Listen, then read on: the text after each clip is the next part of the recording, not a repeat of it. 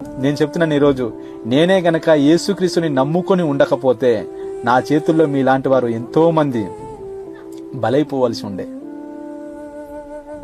నేనే గనక యేసుక్రీస్తుని నమ్ముకొని ఉండకపోతే గనక నా చేతుల్లో చాలా మంది చచ్చిపోవలసినటువంటి పరిస్థితి ఉండే. నేనే గనక యేసుక్రీస్తుని నమ్ముకొని ఉండకపోతే చాలా మంది ఆడపిల్లల జీవితాలు పాడైపోతుండే. నేనే గనక యేసుక్రీస్తుని నమ్ముకొని ఉండకపోతే గనక మీలాంటి వాళ్ళని ఎంతో మందిని ఈ పాటికి పైకి పంపించేటటువంటి పరిస్థితి ఉండే. మిత్రులరా, నేను మంచోడినైతే కాను. దరిద్రులలో ప్రధానుడను, పాపులలో ప్రధానుడను, సైకోలో నెంబర్ 1 క్యాండిడేట్ నేనే. మా ప్రాంతం ఏజెన్సీ ట్రైబల్ ఏరియా ఒక 5-10 సంవత్సరాల క్రితం ఎలా ఉందో ఒకసారి న్యూస్ చూడండి, న్యూస్ ఛానల్ చూడండి.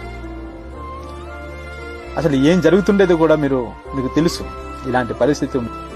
ఎన్నో ప్రభుత్వాలు మారుకుంటూ వచ్చాయి. ఎంతో మంది అధికారులు మా ప్రాంతాలకు వచ్చినారు.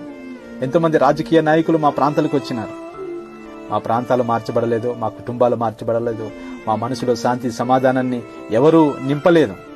ఒక రాజకీయ నాయకురాలు అన్నది ఏమన్నదంటే, ఎన్నో ప్రభుత్వాలు మారాయి కానీ ఈ ఏజెన్సీ ప్రాంతం మార్చబడలేదు. ఎంతో మంది రాజకీయ నాయకులు అడుగుపెట్టడం అనేది జరిగింది కానీ ఏ కుటుంబం మార్చబడలేదు. మూర్ఖత్వంతో కూడినటువంటి ఈ ప్రాంతాలు, రాక్షసులు లాంటి ఈ వ్యక్తిత్వాలు ఈరోజు కేవలం యేసుక్రీస్తుని నమ్ముకున్నటువంటి దేవుని సేవకులు వెళ్లి దేవుని సువార్తను ప్రకటించడం వల్లనే ఈరోజు ఈ ప్రాంతాలన్నీ కూడా మార్చబడ్డాయి.